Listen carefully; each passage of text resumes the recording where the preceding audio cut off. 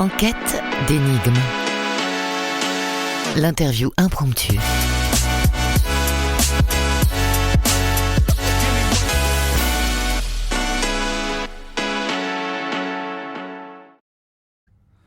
Bonjour Stanislas. Bonjour.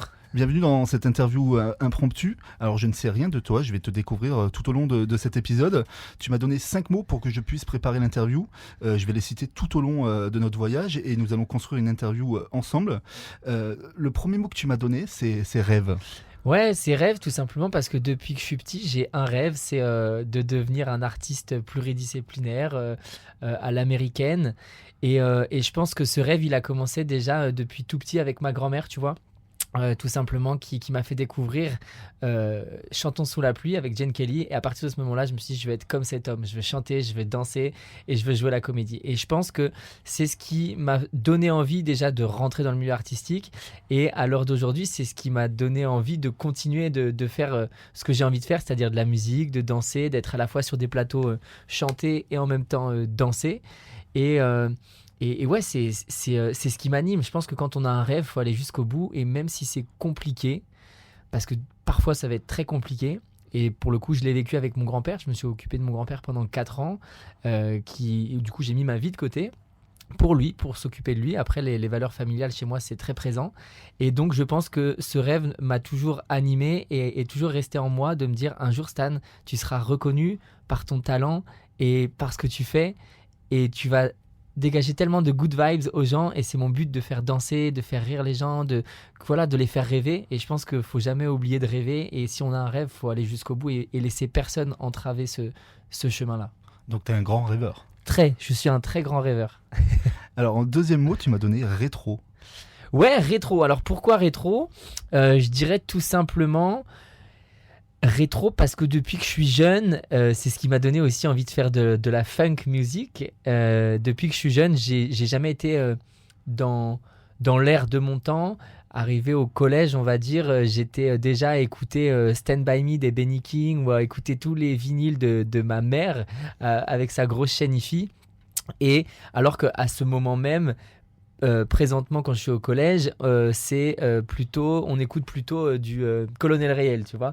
Et là, moi, pour le coup, je suis totalement en décalé, et j'ai toujours eu ce côté rétro, c'est-à-dire que même au lycée, j'avais envie de m'habiller un peu comme Al Capone, c'était mon délire. Je le faisais pas parce que bien sûr ça aurait été trop en décalé, mais j'ai toujours eu ce côté rétro en moi, et je pense que c'est aussi mon grand-père qui m'a inculqué ça. Il m'a fait découvrir Georges Brassens très jeune, ce que j'ai adoré, et c'est ce qui m'a donné goût à la chanson française. Et du coup, je me suis dit, en fait, à l'heure d'aujourd'hui, fais-en une force. T'as un côté rétro, et on le voit à l'heure d'aujourd'hui, même le côté rétro dans la société, ça revient. Les gens vont de plus en plus en fripe parce qu'il y a aussi un contexte sociétaire qui fait que. Mais en plus de ça, les coupes des vêtements dans la mode, parce que moi je suis très mode, ça revient comme dans les années 70. La disco, ça revient dans la musique. Donc moi, voilà, je me suis dit, je veux faire de la funk, j'ai ce côté rétro, assume-le, fais-en une force. Et c'est vrai que j'ai été pas mal critiqué quand j'étais plus jeune, en mode lui il est vraiment trop bizarre, ou ce genre de trucs. C'est des petites remarques où on se dit là je suis pas en phase avec mon temps, et en même temps je suis hyper ok avec ça. Et maintenant j'en ai fait un côté ouais, voilà, c'est ce côté, on va dire, rétro, qui est en même temps hyper tendance, parce que c'est à la fois tendance d'être rétro. Donc voilà pourquoi ce mot. Alors justement, tendance, c'est le troisième mot que tu m'as donné. Exactement, tendance parce qu'on a envie d'être à l'heure d'aujourd'hui dans le milieu de la musique. Moi, je parle plutôt dans le milieu de la musique, que j'ai découvert il y a peu de temps, il y a 1 an, à la sortie de cette fameuse émission qui est la Star Academy, que j'ai eu la chance de faire. Tout simplement, il y a ce côté où tu te rends compte que la musique, c'est une tendance. Et on le voit, quand tu es au lycée, les jeunes, ils aiment être dans la tendance, ils aiment être dans la mouvance du moment.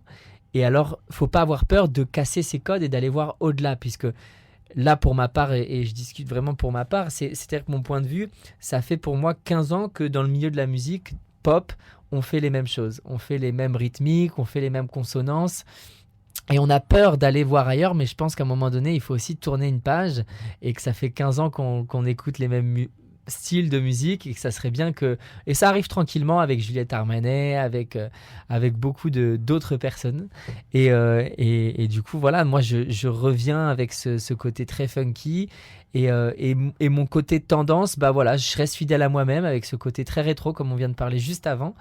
Et donc, du coup, je veux avoir ce côté tendance et remettre au goût du jour ce côté hyper rétro, fun qu'on peut avoir. Mais voilà, quand t'es pas dans la tendance, il y a des choses qui arrivent, c'est-à-dire que les maisons de disques, par exemple, vont moins prendre le pari de t'accompagner, mais c'est pas grave. Voilà, ça permet de nous forger. Ça permet de créer une identité, je pense aussi, et ça c'est pour tous les jeunes qui nous écoutent aussi, que ce soit au collège ou au lycée. Ne pas être dans la tendance, ça veut pas dire être nul, ça veut pas dire être mauvais.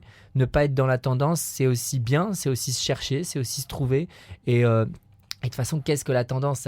Ma tendance, ça peut être la tendance de quelqu'un d'autre, mais ça peut être le gars en face de moi, il peut me dire, bah non, ça c'est pas du tout la tendance, alors que pour moi et mon entourage, ça va être la tendance du moment. Donc en vrai, voilà, c'est un peu un regard aussi à avoir sur la façon de faire. Alors tu l'as dit, tu as fait partie de la Star Academy l'année dernière. Exactement. L'émission t'a apporté quoi ? Cette émission, ça a été un gros déclenchement dans ma vie, tout simplement parce que avant cette émission, avant la Star Academy, j'ai été dans le milieu artistique. Encore une fois, j'avais déjà un peu mis le pied dedans en tant que danseur, pas en tant que chanteur. J'ai fait quelques comédies musicales, notamment la comédie musicale Grise, où on a tourné dans toute la France. Alors là, je chantais, je dansais et je jouais la comédie. J'avais un petit rôle sublime. Mais là, c'est totalement différent parce qu'on devient comment dire ?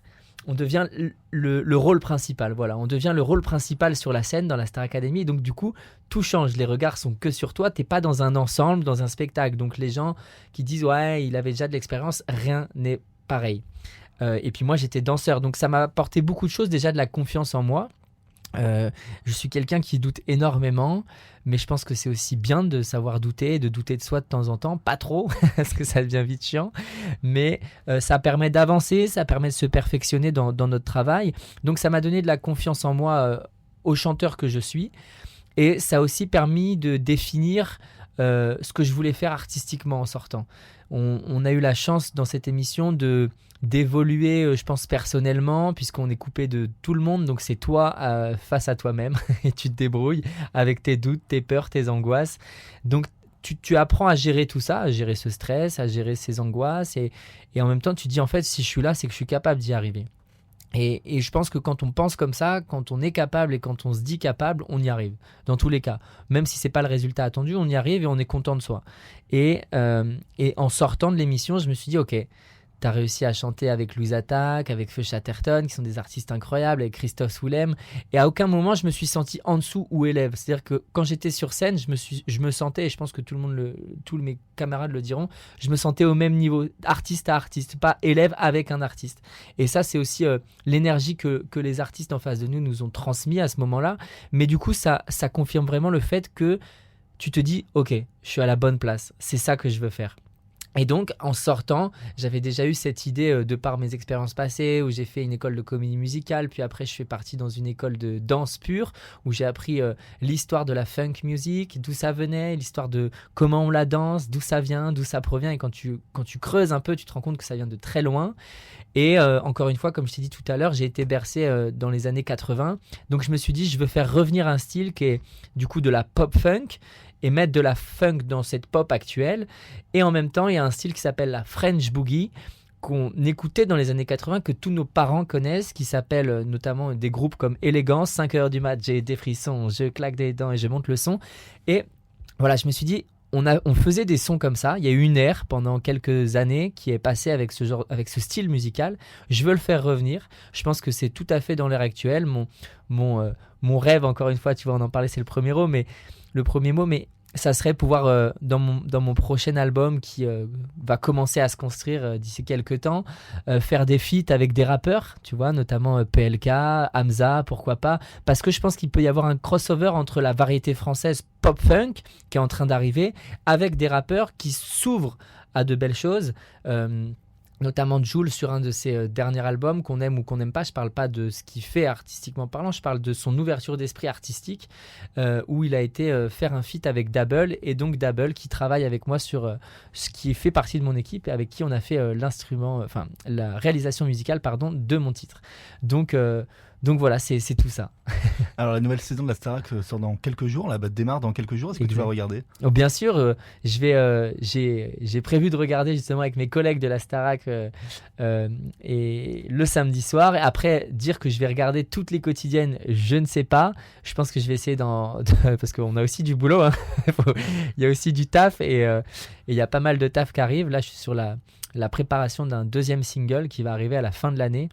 Sachant que je suis encore en indépendant, bien sûr soutenu de la même équipe, c'est beaucoup de travail, gérer sa direction artistique, shooting photo pour la pochette du single, réenregistrer les voix, etc. Donc ça arrive très très vite, beaucoup de travail du coup, préparer le dossier de presse pour envoyer aux radios et aux médias, comme tu connais. Et donc voilà, donc je vais regarder au maximum, je vais les suivre, mais ouais, j'ai hâte de voir cette nouvelle promo. Alors en quatrième mot, tu m'as donné extravagance. Extravagance, tout à fait. Pourquoi ? Parce que y a beaucoup de gens de personnes de mon entourage, amis ou autres, qui me trouvent assez extravagant. J'ai pas peur du ridicule. Et j'ai pas peur Et je pense que ça, c'est le théâtre. Tu vois, le théâtre, dans ma vie, a beaucoup compté. Je suis arrivé sur Paris. Moi, je viens de province, je viens de Vannes. Et en arrivant sur Paris, je me suis rendu compte que le regard des gens est totalement différent. Et en province, beaucoup... là je parle vraiment globalement, hein, on a ce regard, on est très, très différent, on a un regard différent sur les gens. Par exemple, si tu t'habilles différemment, les gens vont avoir un regard très jugeant, et ce jugement il fait mal, et il permet, et des fois il bride les gens, surtout nous jeunes de province. De plus en plus, il y a une ouverture d'esprit qui arrive, mais moi je le vois, il y a des gens qui avaient peur de faire leur coming out, qui maintenant l'ont fait, et tant mieux. Dans leur orientation sexuelle, mais parce qu'il y a beaucoup de jugements en province. Et en fait, quand je suis arrivé sur Paris, je me suis rendu compte que la façon dont je m'habillais au lycée, où on me jugeait un peu, mais en même temps, parce que je dansais, que je faisais du breakdance, bon, ça compensait, tu vois. On se disait, ouais, il s'habille bizarre, mais en même temps, bon, quand on sort avec les gens, c'est lui qui tourne sur la tête, et du coup, ouais, je l'aime bien, je le connais, tu vois. Mais quand je suis arrivé sur Paris, je me suis dit, mais en fait, là, je suis dans la capitale où tu peux faire ce que tu veux et on ne te jugera pas. Et je pense que ça, c'est hyper important. Et donc, ce côté extravagant, je l'ai toujours eu. Et c'est là où ça rejoint, du coup, ma direction artistique. C'est-à-dire que l'extravagance, parce que, tout simplement, dans ma tenue, dans mon dernier clip, j'ose porter des pantalons pattes d'éléphant. J'ose dire maintenant que je vais m'habiller chez les nanas, parce que je trouve pas ce que je veux chez les mecs, en termes de coupe de vêtements. Et je pense que c'est aussi ça, tu vois. J'aime la couleur, tu vois, j'aime que les gens me remarquent, J'aime qu'on me fasse un compliment sur un côté, tu vois, des fois je peux être habillé, mais ça c'est mon côté mode, je peux être habillé très simple, avoir un truc qui flash parce que les gens vont se souvenir de toi. Et j'ai rencontré à un événement deux jeunes demoiselles qui n'osaient pas acheter un vêtement. Je leur ai dit, mais vous savez, il faut avoir au moins dans sa garde-robe une pièce extravagante. Pourquoi ? Parce qu'à l'heure d'aujourd'hui, des fois on va pas se souvenir de votre prénom. Mais si je me souviens de ton haut ou de ton bas qui est incroyable et qui change, où tu as osé le porter, bien sûr, il faut oser, mais la vie, c'est une chance d'oser pour moi. Et si tu as osé faire ça, on se souviendra de toi. Donc c'est aussi, voilà, j'aime choquer les gens, j'aime avoir ce côté extravagant quand je vais en soirée pour qu'on se rappelle de moi, qu'on dise, ah, le gars, il a osé se mettre en talons, il a osé venir torse nu avec juste une veste. Enfin, c'est ça. Et ce côté extravagant-là, je pense qu'il permet d'avancer aussi, il permet d'avoir confiance en soi. Si tu ne l'es pas de nature, ne le sois pas juste pour l'être, ça sert à rien. Mais je pense que moi, j'ai ce côté-là où j'aime rire, j'ai un jeu avec mes potes qui se reconnaîtront s'ils m'écoutent. J'adore gêner les gens quand je suis avec mes amis, mais parce que c'est aussi ça être dans la gêne. C'est quoi la gêne, tu vois ? Et c'est toutes ces questions où en fait, quand tu réfléchis à tout ça, tu prends un peu de recul et tu te dis en fait, ma vie, elle va bien. Alors, en cinquième mot, tu m'as donné énergie. Alors, je pense que déjà, on a un peu compris. Tu es quand même quelqu'un d'un peu speed. Ouais. Mais explique-moi pourquoi énergie. Énergie, parce que c'est hyper important. Je le vois dans le monde actuel, dans notre société actuelle. Qu'est-ce que les gens sont tristes. Mais qu'est-ce qu'ils sont tristes, ou du moins... ils peuvent te dire je suis hyper heureux, mais quand tu le regardes, tu fais t'es sûr t'es heureux là parce que là c'est quand même souris un peu à la vie, tu vois. Notamment, tu prends le métro, les gens, oh là là, mais qu'est-ce qu'ils tirent la tronche. Et la dernière fois, j'étais avec un collègue, je dis, mais ça fait peur. Avec un ami, je dis, ça fait peur. Et la nana à côté, elle rigole, elle dit, bah ouais, c'est vrai. Je dis, non, mais vous regardez, tout le monde est sur son tel, il n'y a pas de souci. Mais, parce que de toute façon, maintenant, les téléphones, ça fait partie de nous. Mais ces énergies, en fait, elles sont importantes pour avancer. Moi, maintenant, je m'entoure que de bonnes personnes, de personnes qui ont une bonne énergie, qui sont dans une envie de créer, dans une envie de pas te dire des choses méchantes pour être méchant, ça sert à rien, ou par jalousie.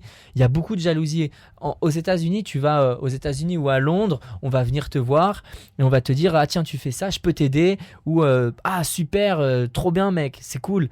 Et on va prendre exemple sur toi. En France, principalement, généralement, on va te jalouser, on va te dire c'est bien et après on te mettra des couteaux dans le dos. Et ça, c'est très dommage, je pense. Donc les énergies, elles sont hyper importantes pour moi. Comme tu le vois, je suis un peu speed aussi, je suis un peu hyperactif, mais du coup, ça m'aide à me calmer. Je m'en sers beaucoup. Et les énergies, parce que j'ai envie aussi, à travers ma musique, de retranscrire ces good vibes. Qui tu es, c'est un son, voilà, je parle de l'amour, je suis un amoureux de l'amour, mais je le fais avec le sourire, j'en parle avec un côté à la gentleman, enfin ce côté vraiment Frank Sinatra, enfin voilà, je m'inspire de tout ça. Ça rejoint tout à l'heure ce que je disais, extravagance. Voilà, moi mes inspirations, ça va être Elton John, Freddie Mercury, donc dans les costumes, dans tout ça. Et pour revenir à ce mot, tout simplement, ouais, c'est je me suis perdu, attends, c'est fou, tu vois, regarde, ça c'est moi, ça, mes énergies, tu vois, regarde, tu vois, des fois j'ai besoin de recentrer, et ça c'est assez dingue, parce que je suis plein de bonnes énergies dans ma tête, et ça fuse trop. Et du coup, pareillement, pour la musique, mon envie, c'est que, même si le titre, il est triste, et je vais reprendre par exemple Élégance, chagrin d'amour, on parle quand même d'une chanson qui est un chagrin d'amour, qui est triste. Mais à l'heure actuelle, quand tu prends cette chanson et que tu l'écoutes dans n'importe quelle soirée, pour les gens qui vont connaître, ils vont chanter 5h du mat, j'ai des frissons avec le sourire, alors que c'est une chanson triste. Et ça, je trouve que c'est hyper beau. C'est-à-dire que tu peux retranscrire de la joie sur une thématique qui est hyper sad, hyper triste. Et donc, du coup, je pense que avoir ces énergies-là de générer du bonheur et ouais, être en phase avec ce qu'on est en termes d'énergie, je pense que c'est important de s'écouter et ça permet d'aller loin. Alors rapidement, si on devait faire un résumé de ces 5 mots, qu'est-ce qu'il en sort? Et que du kiff. Non, qu'est-ce qu'il en sort? Ces 5 mots, voilà, c'est... Et je pense que je vais reprendre cette petite phrase que je dis pas mal, c'est que la vie, c'est une chance d'oser. Et avec tout ce petit combo-là, on peut aller très très loin. Je pense que c'est des mots qu'il faut mettre dans un mixeur. Et après, tu fais ce que tu as à faire. Mais il faut pas... Tout va trop vite. Tout va trop vite à l'heure actuelle. On est beaucoup avec tout ce qui se passe dans la société. Enfin, il y a beaucoup de choses qui sont très, très horribles, très tristes. Et donc, il faut s'évader avec de la musique. Il faut croire en ses rêves. Il faut aller au bout. Il faut pas se laisser démonter par peut-être... Et je vais dire quelque chose qui est peut-être possible pour chacun qui nous écoute. Peut-être tes parents vont te dire, non, c'est pas un avenir, c'est pas ça. Mais si toi, c'est ce que tu veux, tu travailleras pas dans quelques années, dans 15 ans pour tes parents. C'est pour toi que tu vas travailler. Donc, si tu as envie de faire un truc qui te plaît, oui, ça va être dur. Montre-leur que tu peux te débrouiller à côté, que tu trouves un petit travail, etc. Mais si tu as envie de faire ça, fonce et fais-le. Et je pense que c'est hyper important de le faire. Moi, j'ai eu de la chance d'avoir des parents qui étaient à mes côtés. Mon père a eu un peu plus de mal, mais à l'heure d'aujourd'hui, voilà, je leur ai toujours montré que je pouvais me débrouiller. Et à l'heure d'aujourd'hui, je commence à vivre de ma passion. Et voilà, il y a rien sans rien. Les gens peuvent te dire, oui, ça y est, tu as fait une émission de télé, tu es riche, etc. Non. Et le début du travail commence après l'émission. Et à l'heure d'aujourd'hui, j'en suis ici. Et je pense que voilà, tous ces mots résument tout ce que je viens de dire. Alors, on va se quitter avec ton titre qui s'appelle Qui tu es. Tu me parles de ce titre? Alors c'est un titre que j'ai coécrit avec Ota, qui est un chanteur qui a fait The Voice, compositeur. J'ai également réalisé ce titre avec Dabble et Rujut, qui sont des artistes funk franco-belge que j'adore et pour moi c'est le must du must, donc pour ceux qui connaissent pas, allez streamer, mais il y en a beaucoup qui connaissent.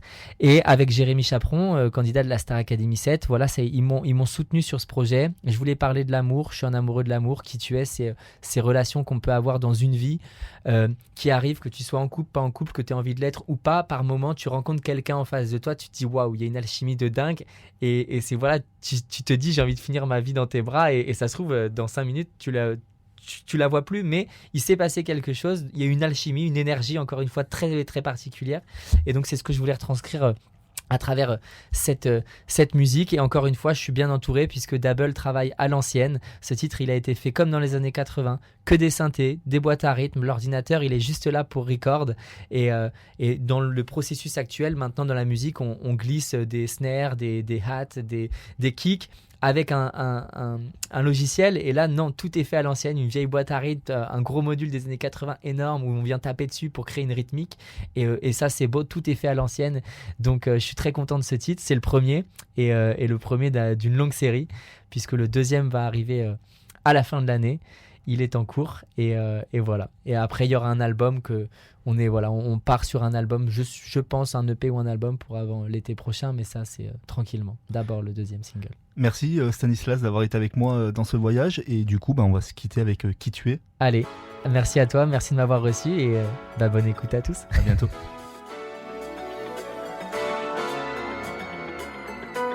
Ton gros funk me met une low, baby. Mes yeux fixés sur toi comme ça me prouve combien disent low, baby. Et pression entre toi et moi. Qu'importe le décor, on est bien. Qu'importe si ton cœur près du mien. J'aime quand tes regards silencieux crient qu'on va tomber amoureux. Qu'importe les histoires, le destin, je danse au même rythme que le tien. Fini les discours, les dessins, on va passer minuit beaucoup trop poli. D'où viens-tu, qui tu es? Être avec toi, rien d'y penser. J'ai tout de suite vu la première fois que j'allais tomber dans tes bras. D'où viens-tu, tu me plais? Je ne veux rien y changer. J'ai tout de suite vu la première fois que j'allais tomber dans tes bras. D'où viens-tu, qui tu es? D'où viens-tu, qui tu es? D'où viens-tu, tu me plais? Et j'allais tomber dans tes bras.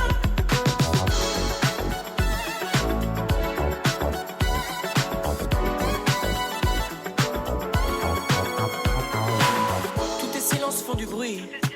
Y'a que les murs qui s'en souviennent. C'est vrai que j'arrête pas d'y penser. Et je finis toujours par me perdre. Qu'importe si quelqu'un te retient. Même quand t'y penses pas, je reviens. Romantique et tactile, je sais bien. Faire je t'aime dans n'importe quel coin. Que m'importe les rumeurs, les refrains. Qu'importe les regrets si je te tiens. Je veux passer ma vie à mourir d'envie. D'où viens-tu, qui tu es? Être avec toi, rien d'y penser. J'ai tout de suite vu la première fois que j'allais tomber dans tes bras. D'où viens-tu, tu me plais? Je ne veux rien y changer. J'ai tout de suite vu la première fois que j'allais tomber dans tes bras. D'où viens-tu, qui tu es? D'où viens-tu, qui tu es? D'où viens-tu, tu me plais? Et j'allais tomber dans tes bras. Qui tu es? Qui tu es?